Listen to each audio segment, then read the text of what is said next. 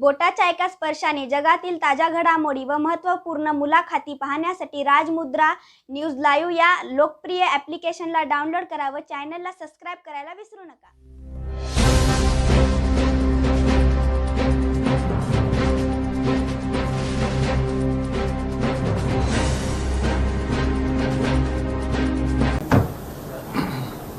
याच्यामध्ये एक आणखी लहानसा मुद्दा पण महत्त्वाचा आहे की या 2-3 दिवसामध्ये अमेरिकन प्रेसिडेंट आणि इंडियन प्राईम मिनिस्टर यांचा एक सविस्तर डायलॉग झाल्याच्या संबंधीचं वृत्त आहे. ज्या वेळेला आपल्या सिनियर मंत्र्यांच्या समोर या देशामध्ये ह्युमन राईट्सचं उल्लंघन एवढ्या मोठ्या प्रमाणात होतं असं मत व्यक्त केले गेले की जे देशाच्या दृष्टीनं अशोभनीय आहे. मला असं वाटतं की दोन्ही कंट्री हे ज्यावेळी डिस्कशनला बसले होते त्यावेळेला भारताच्याकडून हायेस्ट अथॉरिटी अमेरिकेची इथं असताना त्यांच्याशी हा प्रश्न उपस्थित करण्याची आवश्यकता होती आणि आपली नाराजी व्यक्त करण्याची ती एक संधी होती. पण त्याच्यात काही केलेलं आहे असं आता दिसत नाही. सगळ्यात जास्त लक्ष तुमच्या प्रेसला माध्यमात घ्यायचं आहे की काल राज ठाकरेंची सभा झाली आणि त्याच्यामध्ये सर्वाधिक टार्गेट जो होतं तिकीट होती ती राष्ट्रवादी आणि राष्ट्रवादीच्या नेत्यांवर. विशेषतः राष्ट्रवादीला प्रत्येक त्यांनी वक्तव्य केलं जातीयवादी पक्ष ही सगळ्यात जास्त चालना तुम्ही दिली अशा स्वरूपाचे आरोप राज ठाकरेंनी केले जाते. असं आहे की पहिल्यांदा एखादी दुसरी व्यक्ती कधीतरी वर्ष 6 महिन्यात एखादं वाक्य एखादं स्टेटमेंट करून आपलं मत व्यक्त करते ते फार गांभीर्याने घेण्यासारखं नसतं. पण तुम्ही प्रश्नच विचारला आणि त्याच्यात 2-3 मुद्दे आले त्यामुळे आता मला थोडंसं त्याच्यावर सांगावं लागेल. 2-3 गोष्टी माझ्या वाचण्यात आल्या आजच्या सकाळच्या वृत्तपत्रात आणि टेलिव्हिजनवर की एक आनंद आहे की त्यांनी शिवाजी महाराजांचं नाव मी घेतलं आहे अशा प्रकारचा एक उल्लेख त्या ठिकाणी केला. 2 दिवसांपूर्वी मी अमरावतीला होतो आणि जर तुम्ही तुमचे तिथं सहकारी कोण असतील त्यांच्याकडून माझं अमरावतीचं भाषण हे जर मागवलं तर त्याच्यामध्ये शिवाजी महाराजांचं योगदान याच्यावर माझं कमीत कमी 25 मिनिटाचं भाषण होतं. अनेक गोष्टी त्याच्यामध्ये मी सांगितल्या. अर्थात म्हणजे सकाळी उठल्याच्या नंतर वृत्तपत्र वाचायची मला सवय पण त्यासाठी मला लवकर उठावं लागतं अशी. त्यामुळे खूपदा वृत्तपत्र सकाळी काय त्यांनी लिहिलं आहे हे न वाचल्याच्या नंतर वक्तव्य कमी करत असेल तर मी त्यांना काही दोष देणार नाही. दुसरी गोष्ट अशी आहे की त्याच्यामध्ये त्यांनी सांगितलं की फुले आंबेडकर शाहू यांचाच उल्लेख केला जातो त्याचा अभिमान आहे मला. आणि दुसरी गोष्ट एक माहीत असली पाहिजे की या राज्यामध्ये म्हणजे मी महाराष्ट्रापुरतं सीमित बोलतो की या राज्यामध्ये शिवछत्रपतींच्या संबंधीचं सविस्तर वृत्त काव्याच्या माध्यमातून पहिल्यांदा कुणी लिहिलं असेल तर महात्मा ज्योतिबा फुल्यांनी लिहिलेलं. आणि त्यामुळं फुले काय आंबेडकर काय किंवा शाहू महाराज काय ते शिवछत्रपती आणि शिवछत्रपती यांच्याबद्दल अति आस्था असलेले असे सगळे घटक आहेत. आणि महाराजांच्याकडचा आदर्श लक्षामध्ये घेऊन आपल्या हाताच्या सत्तेचा वापर हा कसा करावा या संबंधीची भूमिका तिघांनी मांडली. आणि म्हणून या तिघांच्या संबंधीचा उल्लेख करणं हा शिवछत्रपतींच्या विचाराची मांडणी करण्याचाच भाग आहे हे या ठिकाणी मी मुद्दाम सांगू इच्छितो. आता त्यांनी काय ते सांगितलं पुरंदर यांच्याबद्दल मी बोललो होतो मी काही लपून ठेवत नाही. कारण पुरंदर यांनी शिवछत्रपतींचा उल्लेख करत असताना त्यांनी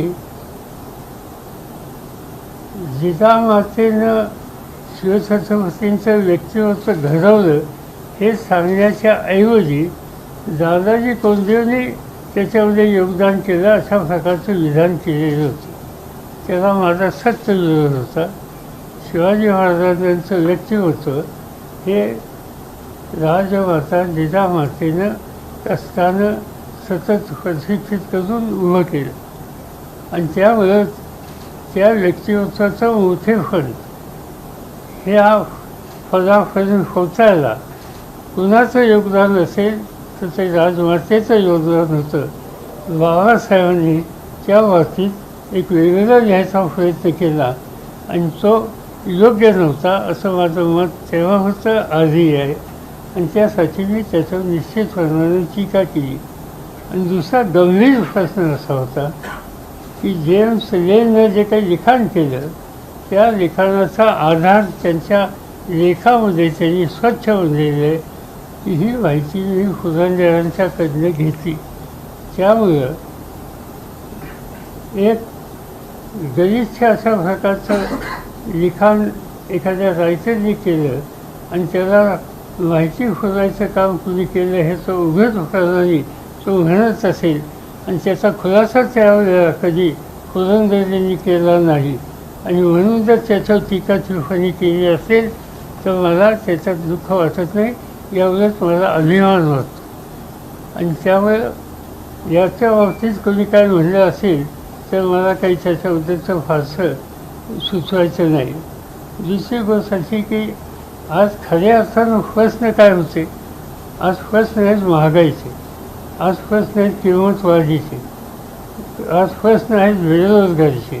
हे सगळे जिव्हाळ्याचे प्रश्न आहेत. यातल्या एकाही प्रश्नाच्या संबंधी आवाजसर कुणी बोलत नाही. ज्यांनी काल एवढं मोठं भाषण केलं त्याच्यात सामान्य जनतेच्या सुखदुःखाशी संबंधित एकही प्रश्नाचा उल्लेख नाही. या पद्धतीचं राज्य आता भारतीय जनता पार्टी चालवते त्याचा उल्लेख त्या ठिकाणी यत्किंचितही नाही. आणि त्यामुळं त्या भाषणाच्या संबंधी अधिक काय म्हणायचं कारण जाता जाता त्यांनी सांगितलं किंवा सोनिया गांधींचा माझ्याबद्दलचं ते काहीतरी बोलले. सोनिया गांधींनी देशाचं प्रधानमंत्री व्हावं का होऊ नये या प्रश्नावर माझं मत जाहीर होतं.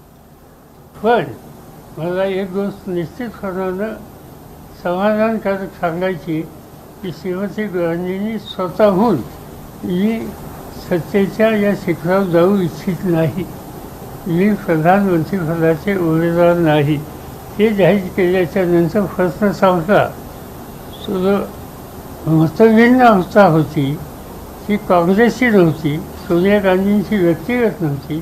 प्रधानमंत्रीपदाच्या संबंधीची जी चर्चा होती त्या चर्चेच्या संदर्भात होती. पण ती चर्चाच आणि त्याचं स्पष्टीकरण सोनियाजींनीच केल्याच्या नंतर आमचा वादाचा विषयच राहिला नाही. आणि त्यामुळं त्यानंतर एकत्रित येऊन काही करावं अशा प्रकारची सूचना ही अन्य सरकारांनी केल्याच्या नंतर आम्ही एकत्र झालो. आजही आहोत. आज महाराष्ट्राच्या राजकारणामध्ये सुद्धा सत्तेमध्ये काँग्रेस, राष्ट्रवादी, शिवसेना हे सगळे एकच आहेत. आणि त्यामुळं ही भूमिका काही मी ऐन वेळेला बदलली किंवा कारण नसताना बदलली नाही. अर्थात एकच आहे की पुन्हा हाच प्रश्न आहे की हे जे सगळं त्या काळात घडलं ह्याचं सविस्तर वाचन केलं असतं तर कदाचित अशा प्रकारचे उद्गार काढले गेले नसते. आणि तिसरा प्रश्न त्यांनी एक जाता सांगितलं किंवा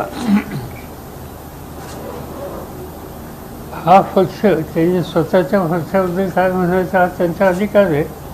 पण त्यांनी एक गोष्ट सांगितली की आम्ही हा पक्ष आमचा संपवणारा पक्ष आहे, संपवणारा पक्ष आहे.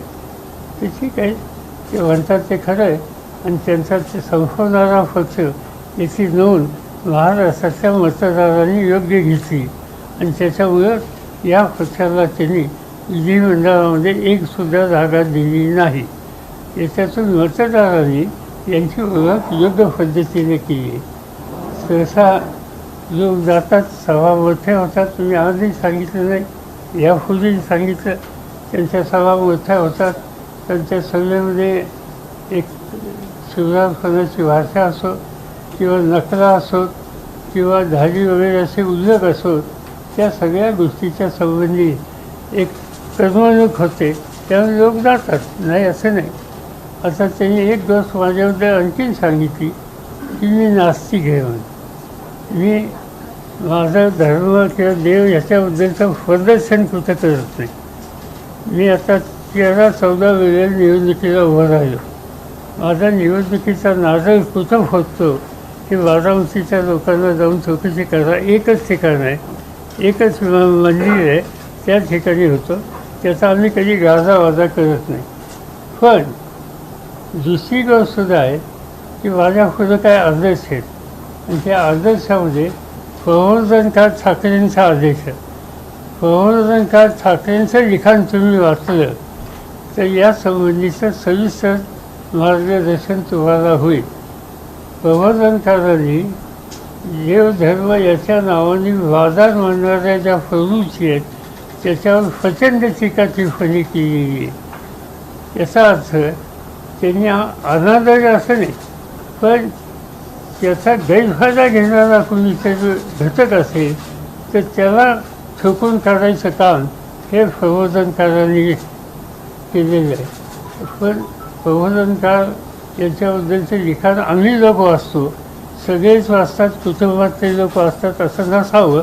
आणि त्यामुळं मला असं होतं की अशा प्रकारची विधानं केली गेली याचं आपण अधिक बोलायची आवश्यकता नाही.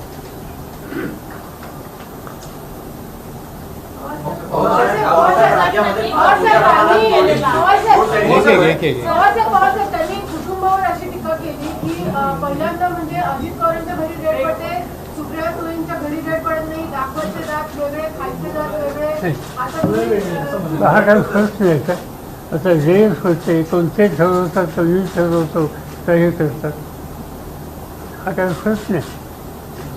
सर सर पवार साहब आपसे अंदाज के लिए पवार साहब हिंदी में आपसे जानना चाहेंगे जो जिस तरह के आरोप राज ठाकरे की तरफ से लगाए गए, आप पर व्यक्तिगत तौर पर लगाए गए कि जातिवादी की राजनीति एनसीपी ने शुरू की और सोनिया गांधी का भी एनसीपी एक पार्टी ऐसी है, इस पार्टी का नेतृत्व सुदूर छगन भुजबल जी के हाथ में था. याद है आपको? First president of the NCP in Maharashtra व छगन भुजबल. इनके बाद legislative party leader Madhukar feature थे जो आदिवासी समाज के थे. इसके बाद पार्टी के वहाँ का नेतृत्व की जिम्मेदारी धनंजय मुंडे के पास थी. धनंजय मुंडे देखिए, ओबीसी, छगन भुजबल देखिए, कहने की ज़रूरत नहीं. मधुकर राव फीचर देखिए, सभी को मालूम है ट्राइबल नेता है. जिस पार्टी के सभी नेतृत्व करने वाली जिम्मेदार जगह पर इस तरह के लोग आते हैं, जिम्मेदारी लेते हैं और इस पार्टी के लीडरशिप और पार्टी को कम्युनल कहना, इसे कोई जवाब देने की आवश्यकता मुझे लगती नहीं. यामुळे जातीय दंगल घडण्याचेही एक प्रकार प्रमाणे असे भाषण करतात. आता धर्माधर्मात एकमेकांमध्ये पेच निर्माण करण्याचा प्रयत्न करतात. कसं बघता? कारण आपण एवढ्या विषय नॅशनलिस्ट पक्षाचं राजकारण बघता, काँग्रेस पक्षाचं राजकारण बघता आणि युपीचं राजकारण बघता. असे धर्मांतर राजकारण कधी झालं नाही, असे भाषण झाले नाही, परंतु आता असे व्हायला लागले. काय वाटतं की तुम्हाला की बेरोजगारी, महागाईच्या मुद्द्यावर भटकवण्याचा प्रयत्न या माध्यमातून? मी सगळं सुरुवातीला सांगितलं, खरा प्रश्न बेरोजगारी, महागाई वगैरे आहे. पण आत्ता जे वातावरण महाराष्ट्रात तयार करण्याचा प्रयत्न दिसतो तो इथं सामाजिक ऐक्याला धक्का देण्याचा प्रयत्न दिसतो. इथं सांप्रदायिक विचाराला प्रोत्साहित करण्याचं चित्र दिसतं. आणि म्हणून माझी महाराष्ट्राच्या जनतेला आव्हान आहे की ह्या सांप्रदायिक विचाराच्या बद्दलची मांडणी काही लोक जाणीवपूर्वक करत आहेत आणि या राज्याची शांतता ही संकटात आणण्याच्या दृष्टीनं पावलं टाकत आहेत. लोकांनी याला बळी पडू नये. कल राज ठाकरे ने अपने रैली में बात करते हुए खुलेआम एक थ्रेट दिया महाराष्ट्र सरकार को कि मैं आपको 3 तारीख तक की एक मुदत देता हूं, आप ये जो लाउड स्पीकर है मस्जिदों के ऊपर वो निकालिए। तो ये इस थ्रेट को आप कैसे देखते हैं, क्योंकि अभी अभी आपने कम्युनिटी के ऊपर बात- इसीलिए वो स्टेट गवर्नमेंट इस बारे में गंभीरता से सोचेगी। महाराष्ट्रामध्ये ग्रामीण भागात मोठ्या प्रमाणात लोड शेडिंग सुरू आहे. अख्खीची अख्खी गावं अंधारात गेली आहे. विजेचे काही प्रश्न आहेत, कोळशाचे काही प्रश्न आहेत, पण ते प्रश्न सोडवायचा या सरकारचा सातत्यानं प्रयत्न. काही ठिकाणी आम्हा लोकांची सुद्धा मदत घेतली, कोणाची ओला, कोणाच्याकडनं काही जागा वीज मिळेल का, कोळसा मिळेल का, आणि त्या दृष्टीनं त्यांचे प्रयत्न चालले आहेत. ही गोष्ट खरी आहे. यंदा मोठी उष्णतेची लाट आहे. ज्यावेळी उष्णतेची लाट मोठी असते त्यावेळेला विजेचं कन्झम्पशन हे अधिक घेतलं जातं. विशेषतः ग्रामीण भागामध्ये शेतीला ते पंप वगैरे काही मर्यादित चालवायच्या आधी तासनतास स्वरूप चालवतात आणि अन्य कारणे आहेत. त्या सगळ्याचा परिणाम हा आहे. पण आपण अपेक्षा करूया याचं मार्ग निघेल. पवार साहब ऐसे कह रहे कि राज ठाकरे अचानक बहुत ज़्यादा एक्टिव हो गए हैं. भाषण में आज महाविकास आघाड़ी सरकार के खिलाफ, आपके खिलाफ, एनसीपी के खिलाफ बहुत ज़्यादा बोल रहे हैं. तो चित्रा कह रही कि बीजेपी की प्लान सी और प्लान बी की टीम है. ये सीधी बात है. उनके पूरे स्पीच में भारतीय जनता पार्टी इनके बारे में एक लफ्ज़ भी आया नहीं और टोटल टारगेट उन्होंने कुछ किया. ठीक है, उनका अधिकार है, मगर उनके ऊपर जो कुछ जिम्मेदारी शायद लीडरशिप ने दी होगी वो दिखाने का एक मौका कल्टी पब्लिक मीटिंग में हमें मिला. आपके हिसाब से बीजेपी ने क्या जिम्मेदारी होगी, आपको क्या लगता है क्या जिम्मेदारी होगी राज ठाकरे को? क्या उनका अंडरस्टैंडिंग क्या है मुझे मालूम नहीं. एक शब्द त्याच्याबद्दल बोलत नाही की याचा अर्थ काय. महागाई एवढी असताना, बेरोजगारीचा एवढा प्रश्न असताना, किंमतवाढच्या मुद्द्याची संबंध देशात चर्चा होत असताना एखादा राजकीय नेता जो स्वतःला म्हणतो तो एक शब्दसुद्धा बोलत नाही. याचा अर्थ काय. पवारसाहेब, काल राज ठाकरे यांनी बोलताना एक उल्लेख केला तो ईडीच्या संदर्भामध्ये की पवार कुटुंबियांमध्ये अजित पवारांना ईडीची चौकशी होते, आयकर विभागाची होते. हा काय प्रश्न आहे काय. नाही साहेब, पण हा काय आपण प्रश्न आहे. उपस्थित केलेला आहे. म्हणजे काय प्रत्येकाच्या घराला स्टेजिंग गेल्यावर त्यांची भूमिका योग्य असं म्हणायचं तुम्हाला. नाही, म्हणजे असं काहीतरी चायनीजसारखं त्यांनी भाषण ते त्या ठिकाणी केलं. त्याचा काय उल्लेख करायचा. अजित पवारांच्याकडे जर काही झालं असेल ते माझ्याकडे झालं याचा अर्थ आहे. अजित पवारांनी मी वेगळे असं वाटतं तुम्हाला. ते कोणी तिसरे आहेत ते सुफिया आणि अजित हे काही बहीण भाऊ नाही. हा एक राजकीय आरोप आहे. आपण म्हणूनच हा काही राजकीय आरोप आहे. हा फोरकट आरोप आहे आणि फोरकट प्रश्न आहे. पवार साहेब, एक प्रश्न असा आहे की आधी हेच राज ठाकरे निवडणूक आयोगाकडे गेले आणि ईव्हीएम आणि नरेंद्र मोदीची तक्रार केली आणि अचानक त्यांनी आपली बदलली. आता महाविकास आघाडीच्या विरोधात एकदम झाले.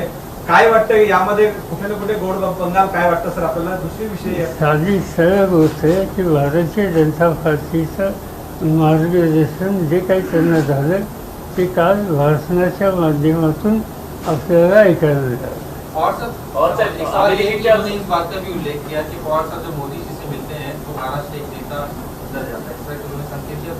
ज्यादा जितना प्यार दिखाते हो तकलीफ पार्लियामेंट का मेंबर हूँ. पार्लियामेंट का मेंबर ने प्राइम मिनिस्टर या मिनिस्टर को लेना कोई गलत है. कई इशूज होते. मैंने बात की उनके साथ. महाराष्ट्र के गवर्नर ने यहाँ के नॉमिनेशन की लिस्ट उनको देकर 2 साल हो गए अभी तक इसके अपॉइंटमेंट वो कर नहीं रहे. किसके बात करना. प्राइम मिनिस्टर से बात करनी. जो बात मैंने की. पवारसाहेब, एसटीच्या कर्मचाऱ्यांनी तुमच्या घरावरती हल्ला केला आणि ज्या पद्धतीनं जी चर्चा सुरू झाली की कुठेतरी पोलिसांना या संदर्भात कल्पना नव्हती. कशा पद्धतीने बघताय, कारण की असे हल्ले खरं तर होणं चुकीचं आहे. आणि माझ्या मते एस टी कर्मचाऱ्यांना मी काय फारसा दोष देणार नाही. ते कामगार आहेत. त्यांच्या काही मागण्या असतील त्या मागण्याच्यासाठी ते महिने बसलेले होते. त्यांना चुकीचं नेतृत्व लावलं. चुकीच्या नेतृत्वाने ज्या पद्धतीची भाषणं केली, ज्या पद्धतीची टीका टिप्पणी केली आणि सवन त्यांच्या टीका टिप्पणीचा रोग एक व्यक्ती असं समजून होती. प्रश्न कुणाचाच होता? राज्य सरकारचा करत होता. राज्य सरकारवर टीका नाही. प्रश्न कोणाचा करत होता? एस टी महामंडळाचे जे कोणी वरिष्ठ घटक असतील निर्णय घेणारे त्यांच्याबद्दलचा उल्लेख नाही. फक्त एकच माझं नाव घेऊन सातत्यानं त्याच्यावर एक प्रकारची टीका टिप्पणी करून त्या कष्टकरी कामगारांच्या डोक्यात त्याची भरवलं गेलं. त्याचा हा परिणाम आहे. त्यामुळं माझ्या मते याच्यात कामगारांना दोष देऊन चालणार नाही. त्यांना या रस्त्यावर नेण्याची भूमिका घेणारे जे कोणी घटक असतील त्यांच्या संबंधीची चौकशी झाली पाहिजे. हे सरकारचं अपयश नाही झालं का की 6 महिने एक तर हा संप सुरू राहिला, हाताळता आला नाही आणि एक तो इथपर्यंत आला की कर्मचारी तुमच्या घरापर्यंत आले आणि तुमच्या दगडफेकपर्यंत ही वेळ गेली. न्यायालयामध्ये असताना ते पण त्यांच्याकडून पोहोचवून अपयश आलं असं वाटत नाही. कसं आहे, साधी गोष्ट आहे. आदल्या दिवशी कोर्टाचा काही निकाल लागला. तो निकाल लागल्याच्या नंतर तो आमच्या बाजूने लागला असं सांगितलं गेलं. गुन्हा उधळला. कौतुक त्या ठिकाणी व्यक्त केलं, आपली जिंकली म्हणून सांगितलं आणि दुसऱ्या दिवशी हा प्रकार केला. याचा अर्थ काय? याचा अर्थ एकच आहे की जे चमत्कारिक नेतृत्व आहे त्यांनी कुणाच्याबद्दल तरी किंवा एका व्यक्तीच्याबद्दलचा विद्वेष हा त्या ठिकाणी विंबवण्याचं काम केलं. त्याची प्रतिक्रिया. सर, या सुनियोजित गट होता आता हे दिसून आलेलं आहे. आणि दुसरी गोष्ट याची उघड अशी होती की होम डिपार्टमेंटने सुद्धा याबाबत अलर्ट दिला, पण तो तरी सुद्धा कुठे ना कुठे सुटी नाही. हा प्रश्न तुम्ही राज्य सरकारला विचारा. कर्मचारी आहेत ज्यांच्यावरती गुन्हा दाखल झाला आहे, तुम्ही अपेक्षा करता तुम्ही म्हणता दोषी नाही, कर्मचाऱ्यांना दोषी धरता येणार नाही, त्यांच्यावरती कारवाई मागणी यावी. कारण की अनेक परब यांचं म्हणणं आहे की असे जर कर्मचाऱ्यांनी आंदोलन केलं असेल, गुन्हे दाखल झाले असेल तर त्यांच्यावरती आपण कामावर त्यांना अनिल फराव या विभागाचे प्रमुख आहेत. त्यामुळे त्यांच्या अंडर असलेल्या यंत्रणेच्याबद्दल त्यांना माझ्यापेक्षा अधिक माहिती असण्याची शक्यता आहे. एक, आणि त्यांना पुन्हा प्रशासन करायचे.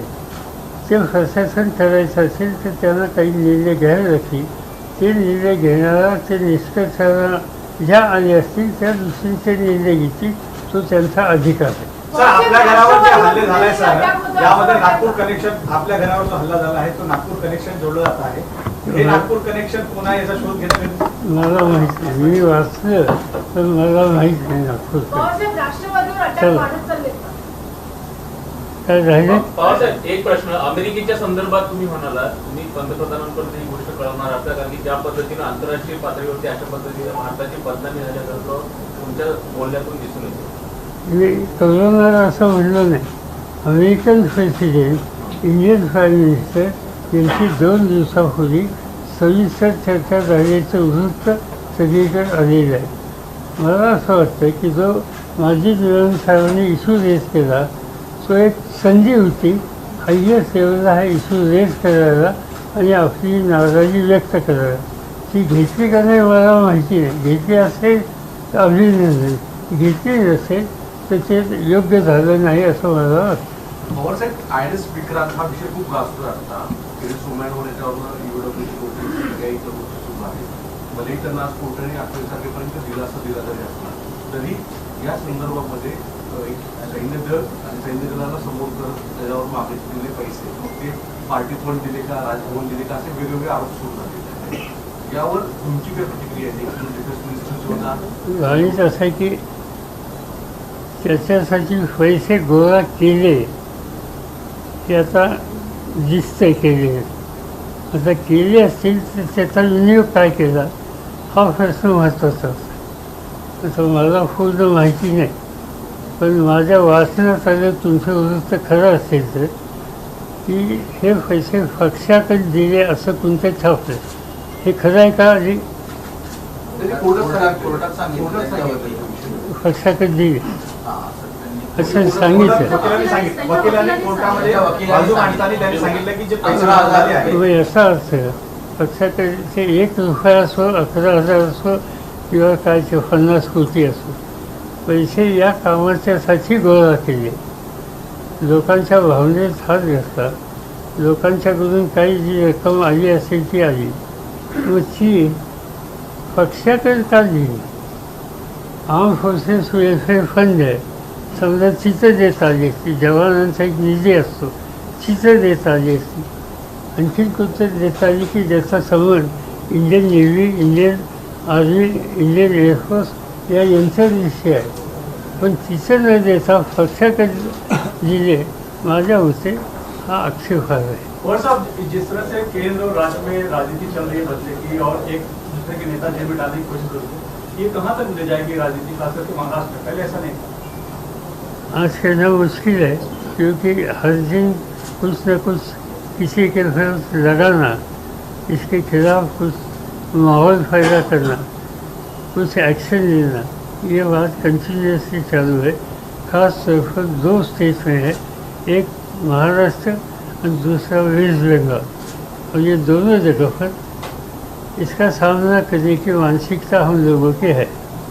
पवार साहब, ममता बनर्जी ने पिछले दिनों 5 राज्यों के चुनाव के नतीजे, उसके बाद ममता बनर्जी ने कई जो गैर बीजेपी शासित राज्य है उनके मुख्यमंत्रियों को पत्र लिखा और एक साथ आने की विनती की है. क्या जो बैठक है वो मुंबई में हो सकती है और क्या आप उसकी अगुवाई करेंगे? नहीं, उन्होंने लिखा है, मुझे लिखा है, उनसे बात भी की है. उनका कहना है कि ये बॉम्बे में करेंगे, मुंबई में तो अच्छा होगा. मगर बाकी लोगों से बात हमारे अभी तक हुई नहीं, क्योंकि 9-10 राज्य के चीफ मिनिस्टर है, उनको सोचना होगा, देश उनको सोचनी होगी, वेन्यू के बारे में बात करनी होगी, और ये हम कोशिश करेंगे. शिवाजी पार्कामध्ये बाळासाहेब ठाकरेंचं स्मृतीस्थळ आहे आणि त्या जागेवरती आता RSSने दावा केला आहे. तशा प्रकारचं पत्र जे आहे ते आपण केलं. ये बाळासाहेबचं स्मारक आहे, त्याला आम्ही सगळे लोक सगळ्या पक्षाचे ते उभारण्याच्यामध्ये सहभागी झाले होते. त्याच्यात काही बदल करण्याचं कारण नाही. नको तो वाद या ठिकाणी करू. पवार साहेब, एका मुलीने आरोप केले होते. राज्याचे मुख्यमंत्री उद्धव ठाकरे आज 2 वर्षाच्या कालावधीनंतर थेट प्रशासन चालवण्यासाठी मंत्रालयात सुरुवात झाली. आज झाले का? हो, अचानक अरे वा. त्यांची त्याच्यावर कारण की याच्यावर खूप आरोप होत होते की मुख्यमंत्री वर्षाच्या बाहेरच जात नाही. बेसिकली त्याची तब्येत ठीक नव्हती, ते कारण होतं. आणि मी अनेक राज्यात बघतो की मुख्यमंत्री हे अनेक वेळेला घरी बसून निर्णय घेतात, घरी सेक्रेटरीच असतात आणि आपल्याकडे तसं सेक्रेटरीच वर्षावर आहे. आणि त्यामुळं ते आले नाही आले याचा अर्थ राज्याचा कारभार थांबलेला नाही. राज्याचा कारभार चालला आहे. त्यांच्याकडे ज्या फाईल असतात त्या वेळेवर क्लिअर करतात, निर्णय घेतात आणि त्यामुळं त्याच्याबद्दलची चिंता माझ्या मनात नाही. पण ते इथं मध्यंतरी त्यांच्या आरोग्याच्या प्रश्नामुळे काही मर्यादा होत्या, त्या कमी झालेल्या दिसतात. ते आले तो मला आनंद आहे. सोमवारी दर सोमवारी लोकशाही दिन म्हणून साजरा होतो आणि अनेक लोक मुख्यमंत्र्यांकडे आपला विषय घेऊन येतात. मुख्यमंत्री मंत्रालयात येत नव्हते, त्यामुळे अनेकांची अडचण झाली. तुम्हाला अपेक्षा आहे की आता कंटिन्युटी राहील? मला असं कळलं की उपमुख्यमंत्री वगैरे हे अशा कामाला भरपूर वेळ देतात. त्यामुळे अनेकांचे जे प्रश्न CM करणार असतील ते दिवशी CM कर म्हणतात. आणि माझी माहिती असेल, नक्की नाही तुम्ही कन्फर्म करा, की त्यांची कामाची सुरुवात सकाळी 7-8 वाजल्यापासून होते. पवार साहेब, 11 राज्यांचे मुख्यमंत्री आपल्यासोबत भेटून एक विरोधी पक्षांना सक्षम करण्याचा असं तयारी सुरू आहे. याबाबत काय भूमिका आहे? कारण युपीएला आणखी मजबूत करण्यासाठी ते 10-11 राज्याची बैठक बोलावी हे माणसांनी सुचवले की अजून बैठक आम्ही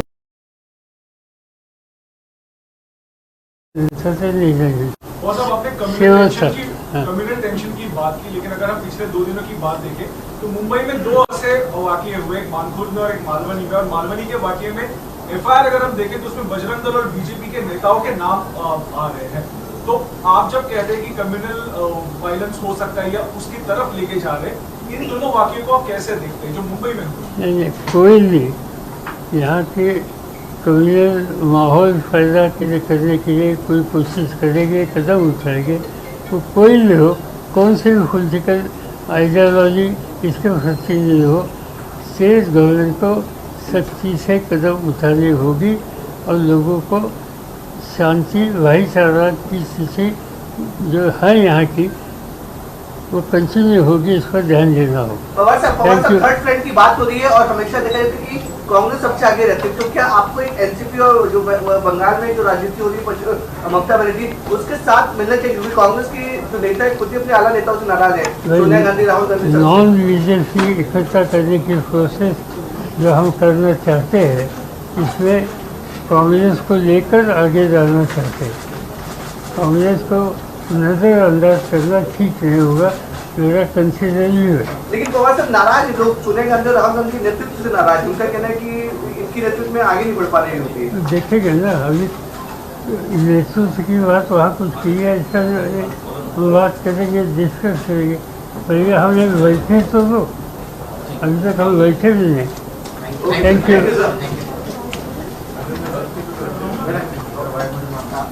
एप्रिलच्या शेवटपर्यंत बसायचं ठरलंय. ताज्या घडामोडी पाहण्यासाठी राजमुद्रा न्यूज लाईव्हला सबस्क्राईब करा, बेल आयकॉन प्रेस करा.